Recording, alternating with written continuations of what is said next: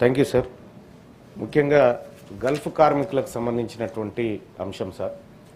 లక్షలాది మంది కార్మికులు ఇటు నిజామాబాదు, కరీంనగరు, ఆదిలాబాదు, జగిత్యాల, కోరుట్ల నుంచి గల్ఫ్ ప్రాంతంలో కార్మికులుగా పనిచేస్తూ ఉన్నారు సార్. ఉపాధి కోసం అక్కడికి వలసపోయినటువంటి వాళ్ళు ఉన్నారు సార్. సో అక్కడ గల్ఫ్ కార్మికులు చేస్తున్నటువంటి క్రమంలో 2024-25 ఈ కాలంలో దాదాపు 1600 మంది గల్ఫ్ కార్మికులు చనిపోయినట్టుగా రికార్డులు చెప్తా ఉన్నాయి సార్. అంతకంటే ముందు కూడా చాలామంది వలస కార్మికులు చనిపోయినారు సార్. సో వాళ్ళ డెడ్ బాడీలు ఇక్కడికి రావడానికి కూడా ఎలాంటి సోర్స్ లేక నేను మొన్న వెళ్తే సార్ 13 రోజులైంది సార్. అక్కడ డెడ్ బాడీ ఉంది, ఇంకా ఈ డెడ్ బాడీ ఇక్కడికి ఇండియాకి వచ్చే పరిస్థితి లేదు సార్. వాళ్ళ భార్య పిల్లలు కనీసం చివరి చూపు చూసుకునేటువంటి పరిస్థితి కూడా లేకుండా ఉంది సార్. గల్ఫ్ కార్మికులకు సంబంధించినటువంటి సార్ అక్కడ పనిచేసి వాళ్ళు అంతో ఇంతో డబ్బు పంపిస్తే ఆ డబ్బును మనము మన కరెన్సీలోకి మార్చేటువంటి క్రమంలో 18% సర్వీస్ ట్యాక్స్ వసూలు చేస్తూ ఉన్నాం సార్. కేంద్ర ప్రభుత్వం, రాష్ట్ర ప్రభుత్వం కలిసి వాళ్ళు 9 రూపాయలు, వీళ్ళు 9% చొప్పున వసూలు చేస్తూ ఉన్నారు సార్. సార్ ఇక్కడ వాళ్ళు పంపేటువంటి డబ్బుకు ప్రభుత్వం దగ్గర లెక్కలు ఉన్నాయి సార్. కానీ గల్ఫ్ కార్మికులు ఎంతమంది పనిచేస్తూ ఉన్నారు గల్ఫ్లో, వాళ్ళ లెక్కలేంటి, ఎంతమంది పోతా ఉన్నారు, అసలు పోయినవాడు అక్కడ సేఫ్గా ఉన్నాడా లేడా అనేటువంటి లెక్కలు రాష్ట్ర ప్రభుత్వం దగ్గర లేవు సార్. ఇటీవల కాలంలో రాష్ట్ర ప్రభుత్వం సార్ 8.5 కోట్ల రూపాయలు చనిపోయినటువంటి గల్ఫ్ కార్మికుల కుటుంబాలకు 5 లక్షల చొప్పున సాయం చేస్తున్నట్టుగా ప్రభుత్వం చెప్పింది సార్. కొన్ని చోట్ల జగిత్యాలలో దాదాపుగా 51 మందికి చేసారు సార్, అది వాస్తవం కూడా.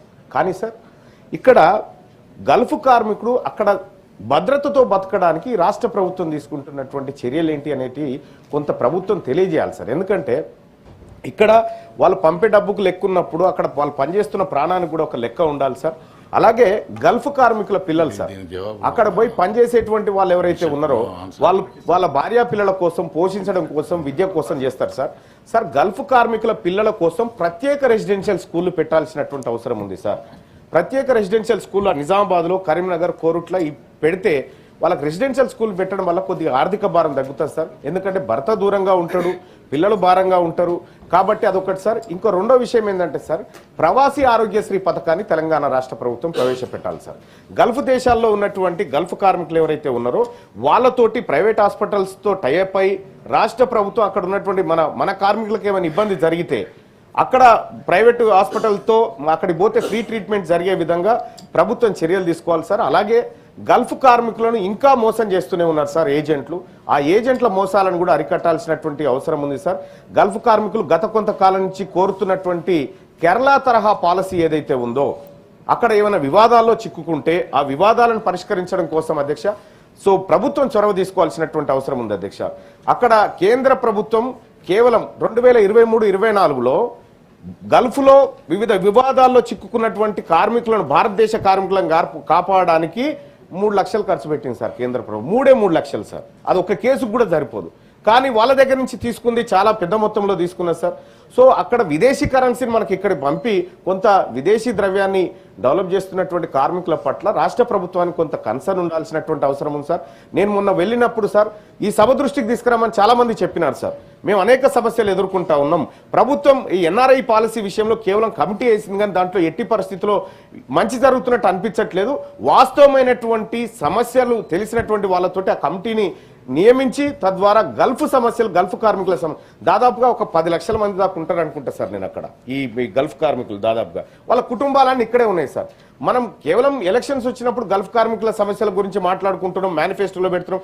గతంలో 2014లో బీఆర్ఎస్ పార్టీ మేనిఫెస్టోలో కూడా ఈ గల్ఫ్ కార్మికులకు ఎన్ఆర్ఐ ఏది కేరళ తరహాలో పాలసీ అని చెప్పారు, అది అటే పోయింది సార్.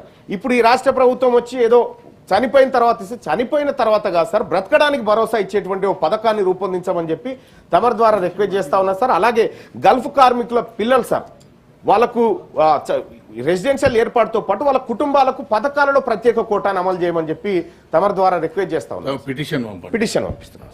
ఇప్పుడు నేను 47 ఇస్తే 4కి కూడా సమాధానం రాలేదు సార్ ఇప్పటిదాకా.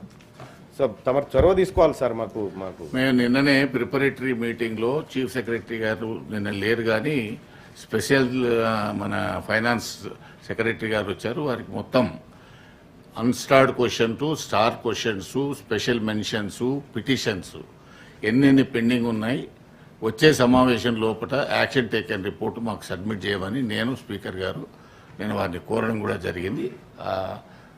మేము కూడా ప్రతి ప్రిపరేటరీ మీటింగ్లో ఫస్ట్ ఈ అష్యూరెన్సెస్, స్పెషల్ మెన్షన్స్, తర్వాత స్టార్ట్ క్వశ్చన్, అన్స్టార్ట్ క్వశ్చన్స్, వీటి మీద మేము ప్రత్యేకమైన శ్రద్ధ తీసుకుంటున్నాం. వచ్చేదానికి ప్రయత్నం చేస్తాం. The house is urgent to meet again at 10 AM on Friday, the 2nd January 2026.